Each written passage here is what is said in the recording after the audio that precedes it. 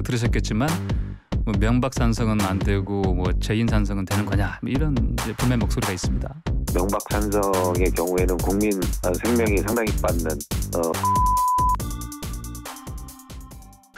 추석 명절을 보낸 뒤에도 북한 해역에서 숨진 공무원에 대한 진상조사는 계속되고 있는데요. 우리 민간인에 대한 북한 총격 사망 관련 공동조사 및 재발 방지를 위한 특별대책위원회 위원장을 맡은 황희 더불어민주당 의원과 연결돼 있습니다. 황 의원님 안녕하십니까? 네, 안녕하세요. 황희 의원입니다. 예, 먼저 해경이 지난 29일 기자회견을 열고 피격 공무원에 대해 월북한 것으로 판단하고 있다 밝혔고요. 황희 의원께서도 월북은 사실인 듯하다 이렇게 입장을 밝히셨죠. 주장의 근거 무엇일까요?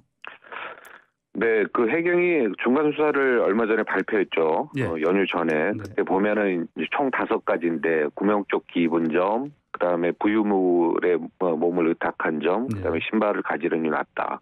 그다음에 이제 해경이 새롭게 발표한 것은 조류의 흐름상 그 당시 조류 흐름상 이렇게 한 70kg 정도 무게가 이렇게 물에 떠 있으면은 시계 반대 방향으로 연평도를 선회하다가 서남쪽으로 빠진다. 이런 점들. 그다음에 저는 이제 이 부분입니다. 그 국방부 첩보에 의하면 한미 간 첩보 자산인데요.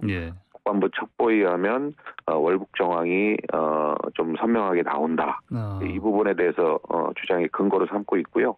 중요한 것은 뭐 민간인이 이제 총격으로 사망한 거기 때문에 고인의 희생이 헛되지 않게 재발 방지를 위해서 노력을 할 겁니다. 예.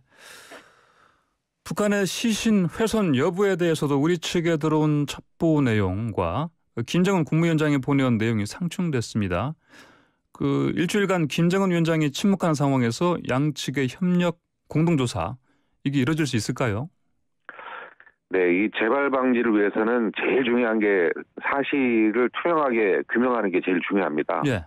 그런데 이제 북한 최고 지도자 입장에서 공식적으로 미안하다, 뭐 사과하는 그다음에 내용을 얘기했는데 과연 이 부분이 그럼에도 불구하고 공동조사를 통해서 뒤집어질지 이런 부분에 대해서는 좀 우려가 있어요. 그러나 이제 북한도 보면 최근에 이 북미 관계를 풀어가는 거 보면 국제사회에 편입하고 싶은 부분들이 이제 간절하거든요.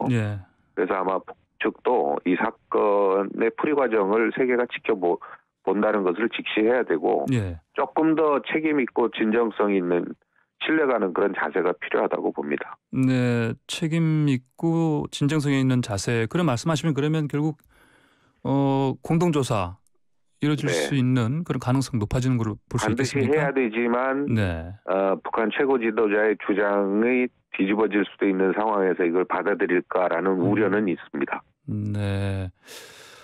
자, 대북괴탄 결의안 채택이 끝내 무산됐습니다. 국민의힘 쪽에서는 국감 전에 다시 대북괴탄 결의안 요구를 하겠다는 의사를 밝혔습니다. 이게 어떻게 보십니까?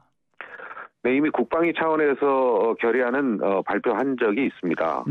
이게 지금 무산된 이유가 시신을 불태웠다 아니다. 이런 부분 때문인데 우리 국방부 첩보에 의하면 월북은 했고 시신도 불태웠다라는 첩보 상황이 있습니다. 국방부 그렇게 주장하고 있고요. 정부도 거기에 대해서 정부 여당도 신뢰를 보내고 있습니다. 다만 북측이 정면적 시신 훼손한 부분에 대해서는 정면 반박하고 있기 때문에 실제 국민의힘이 반대하고 있는 국방부의 SI 첩보 정황에도 불구하고 국민의힘이 반대하는 월북 내용은 결의안에 없습니다. 근데 굳이 이 시신 불태운 점 이게 결의안 규탄을 왜 합니까? 이게 중요한 건 아니거든요. 우리 민간인이 총격으로 사망한 것 자체가 끔찍한 거죠. 그래서 사실 이 부분은 저는 정쟁으로 바라보고 있습니다. 진정성 있는 규탄이 아니라고 보고요. 네. 진정성 있는 규탄이 아니고 정쟁이다. 그렇죠. 실제로 국방부 첩보에 두 개거든요. 월북했다, 시신 불태웠다. 둘 다 빠져 있는 부분이거든요. 국민의힘이 월북 아니라고 주장하니까. 자, 주호영 국민의힘 원내대표가 북한군 상부에서 7.62mm 소총으로 사살하라고 지시한 것을 우리 군 정보당국이 파악했다면서 진상조사를 위한 청문회 조치가 필요하다 이렇게 얘기했습니다. 어떻게 생각하십니까? 글쎄요. 저는 뭐 그렇게 구체적인 표현을 들어본 바가 없는데 우리 주호영 원내대표가 누구한테 그런 얘기를 들었는지 모르겠어요. 이 한미 간 공동 첩보 자산인데 만약에 이게 사실인지 아닌지는 저는 확인할 수가 없습니다. 그럼에도 불구하고 이런 것들이 정말 하나 둘씩 이렇게 공당의 원내대표가 이런 것들을 부분적으로 이렇게 지금 두 번째거든요. 예. 이런 것 자체에 대해서는 상당히 그 국가 안보에도 국민한테도 큰 손해가 끼칠 수 있는 사안입니다. 이 부분은 실제로 누구한테 들었는지 이 부분에 대한 사실을 먼저 설명할 필요가 있다고 봅니다. 예, 굉장히 구체적으로 이렇게 수치까지 거론이 됐습니다. 탄원에 이게 규격 아닙니까 이게? 그러니까요. 저도 매우 놀랍고 예. 도대체 이거에 대한 근거가 어떤 건지 오히려 우리 주호영 원내대표께 묻고 싶습니다. 자, 더불어민주당의 우리 민간인에 대한 북한 총격 사망 관련 공동조사 및 재발 방지를 위한 특별대책위원회를 통해서 진상조사뿐 아니라 재발 방지 매뉴얼 제작도 진행되는 상황 아닙니까? 네네네. 네, 이 재발 방지를 위해서는 어떤 노력 필요하다고 보십니까? 우리 위원회가 지금 추진하고 있는 사항인데요. 예. 보통 이제 민간인 월경이라든가 접경 지역 내 재난 상황이 발생했을 때 남북이 공동하는 매뉴얼이 이미 참여정부 때 제작이 됐었습니다. 예. 근데 이런 부분이 이명박 정부 때 전량 폐기된 거든요. 당시 매뉴얼을 총괄했던 그 유희인 그 위기관리센터장이 있습니다. 청와대에. 네. 이분도 우리 위원으로 모셔서 이런 부분들의 매뉴얼도 제작해서 북측에 제안하고 특히나 민간인은 어떤 상황에서 누구든지 전쟁의 상황에서도 보호돼야 된다라는 원칙을 반드시 그 협정 체계를 통해서 또 국제사회 북한을 또 인권국가로 견인하는 그런 역할도 계획도 가지고 있습니다. 예. 자, 국회 외통위에서요 한반도 평화를 위한 북한 개별 관광 허용 촉구 결의안이 자동 상정됐습니다. 네. 야당 쪽에서는 이를 두고 이런 와중에 지금 이를테면 우리 공무원이 피격된 그런 상황에 이게 지금 필요한 것이냐 이렇게 비판하고 있습니다. 어떻게 보십니까? 네. 이 공무원 피격 사건 자체는 뭐 매우 안타까운 사건이죠. 하여튼 그럼에도 불구하고 오히려 이 부분들을 더욱더 초석으로 삼아서 이런 일이 다시는 일어나지 않고 그다음에 북한의 개별 관광 허용 촉구 결의안이라는 것은 물론 이 사건이 있기 전에 이제 올라간 거죠. 그럼에도 불구하고 남북에 대한 한반도 평화 이것은 우리 전체 국민들과 민족을 위한 일이기 때문에 이것은 별도의 차원에서 개별적으로 다시 추진돼야 된다고 봅니다. 그렇다고 해서 모든 것을 중단하고 다시 전쟁과 대결의 상황으로 더 악화시키고 치달을 수는 없는 부분이거든요. 그래서 사안은 사안대로 우리가 진상조사를 하고 이거에 대한 재발 방지를 만들고 또 남북의 한반도 평화는 한반도 평화의 프로세스대로 또 별도로 추진해야 되는 사안이라고 보고 있습니다. 예. 자, 다음 주제로 넘어가 보겠습니다. 개천절 대규모 집회를 막기 위해서 경찰 버스로 광화문 일대가 전면 통제된 것, 이런 우리가 뭐 차벽이라고 하는데 주호영 이거를 두고 이제 주호영 국민의힘 원내대표가 뭐 코로나 계엄령이 선포된 것이다. 네. 뭐 이런 발언했습니다. 이런 주장 어떻게 생각하십니까? 이거 뭐 좀 이 발언도 좀 놀라운데요. 저희가 개천절 집회 때문에 한번 광화문 얼마 전에 있던 광화문 집회 때문에 한번 난리가 난 적 있지 않습니까? 아주 2.5단계로 격상되고 온 국민이 그냥 코로나 때문에 그 난리를 피웠는데 법원도 이 심각성을 인정한 거거든요. 그래서 이제 집회를 불허했고요. 그럼에도 불구하고 보수단체는 집회를 강행하겠다고 으름장을 계속 놓고 있고 당연히 공권력을 동원해서 막아야죠. 그러나 이 공권력을 행사하는 과정에서 부당하거나 인권 침해 요소가 있거나 과거처럼 그러지는 않았거든요. 그럼 도대체 당연히 그 정부로서는 해야 될 의무를 한 건데 거꾸로 되묻고 싶어요. 오히려 이 개천절 집회가 보수단체가 으름장 놓듯이 이루어져서 또다시 지난번 광화문 집회처럼 수많은 확진자가 나오고 이게 2.5단계, 3단계로 격상되는 상황에서 도대체 뭐라고 그러실지 저는 오히려 되묻고 싶습니다. 예, 이 철저한 방역을 위해서는 이제 이런 이를테면 뭐 드라이브스루라든지 이런 그 외 여러 가지 시위를 차단하는 자체가 필요하다는 이런 의견들도 있지만 그런데 참여연대에서가 이런 이번에 이렇게 집회를 막은 것 자체는 문제가 있다. 또 네. 그 이재명 경기지사도 하시는 그런 취지에도 얘기를 했습니다. 어떻게 네. 생각하십니까?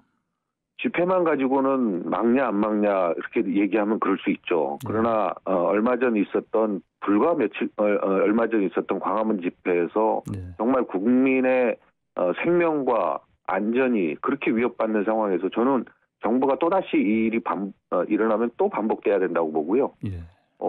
예를 들어서 보수단체라든가 이런 쪽에서 그런 광화문 집회 같은 것은 하지 않겠다라는 사인이 오면 모르는데 그렇지 않고 오히려 똑같이 반복하려는 그런 상황에서 당연히 정부로서는 합당하고 적절한 조치라고 생각하고 있습니다. 예. 그러면은 지금 이 개천절 집회와 함께 또 다음 주 10월 9일 한글날에도 이제 이런 시위를 하겠다 이런 신고들이 많이 들어오고 있습니다. 네. 한글날 같은 경우도 비슷한 방식으로 봉쇄가 필요하다 이렇게 보십니까? 네, 맞습니다. 또다시 그 코로나로 인해서 광화문 집회 이후처럼 그런 아주 국민 생명 위협받는 그런 상황이 발생되는 우려가 있으면 조금의 어떤 가능성이라도 있으면 안 된다고 보고요. 이런 부분들에 대해서는 뭐 철저히 미리 대비하고 막고 다만 그 집회를 봉쇄하는 과정에서 인권 침해라든가 부당하고 부적절함이 있어서는 안 되겠죠.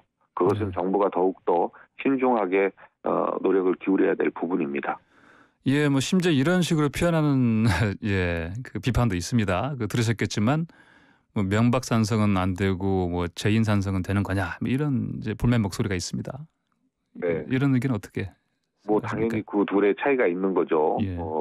명박산성의 경우에는 국민 생명이 상당히 받는 소고기 수입 이런 거잖아요. 이것은 오히려 국민 생명을 지키려는 부분이기 때문에 매우 상황이 다르다고 봅니다. 예, 알겠습니다. 자, 국민의힘 당 청년위에서 하나님의 통치가 임하는 나라, 경제 대공황 올 거라 믿다가 한강 갈 뻔함 등 이런 문구 사용했다가 면직, 내정 취소를 당했습니다. 이 문제 어떻게 보십니까? 청년의 문제가 우리가 청년을 바라보는 시각은 미래에 대한 기대가 있기 때문이거든요. 그래서 이제 그리고 또 아울러서 이 기성세대들의 이런 부분들을 좀 더 정화시키는 숲이라든가 정수기 같은 그런 존재가 바로 우리 청년들인데 이게 하느님이 통치하는 나라라는 표현보다는 오히려 그 하느님의 가르침인 배려와 포용이 있는 통치라든가 차이를 극복하는 논리가 있는 통치라든가 이렇게 표현했으면 좋겠는데 이것은 정쟁적 의도가 다분히 있는 거죠. 현안과 관련해서. 그래서 청년들은 기성세대처럼 그렇게 쫓아가지 말고 정쟁보다는 신선한 정책이라든가 이런 부분들에 대해서 오히려 노력을 집중하는 것이 더 적절하다고 봅니다. 예. 각 당의 청년위에서 하는 활동 자체가 이렇게 어떤 정제되지 못한 상태로 이렇게 이제 공개되다 보니까 청년위 자체를 없애야 한다. 이를테면 이준석 전 최고위원 같은 이런 얘기를 했습니다. 자, 그런 것보다는 저는 이제 그 전부터 그 정당의 어떤 청년들에 대한 부분에서 청년들에게 실제로 청년 문제는 해결할 의지가 없으면서 청년 몇 사람 이렇게 들어와서 국회의원 배지 달아주고 우리는 청년의 정책을 지지하고 청년을 위한 정당이다. 이렇게 할 것이 아니고 오히려 그 청년들을 교육시키는 프로그램들을 강화해야 될 것 같아요. 그래서 그 청년들이 좋은 정치인으로서 성장할 수 있는 그러한 그 토대들, 그러한 프로그램들을 가지고 실제로 청년들에 대한 여러 가지 문제점들을 같이 고민하고 또 그 속에서 여러 가지 대안들이 나와야 될 텐데 기성세대가 하고 있는 정치의 모양 그것도 부정적인 것들을 그대로 답습하는 과정들이 반복되다 보면 오히려 그 청년을 오히려 활용하는 거지 진정성 있게 청년들의 문제를 해결할 수 있는 의지를 보이는 것은 아니라고 봅니다. 황 의원님 오늘 말씀 여기까지 듣겠습니다. 감사합니다. 네, 고맙습니다.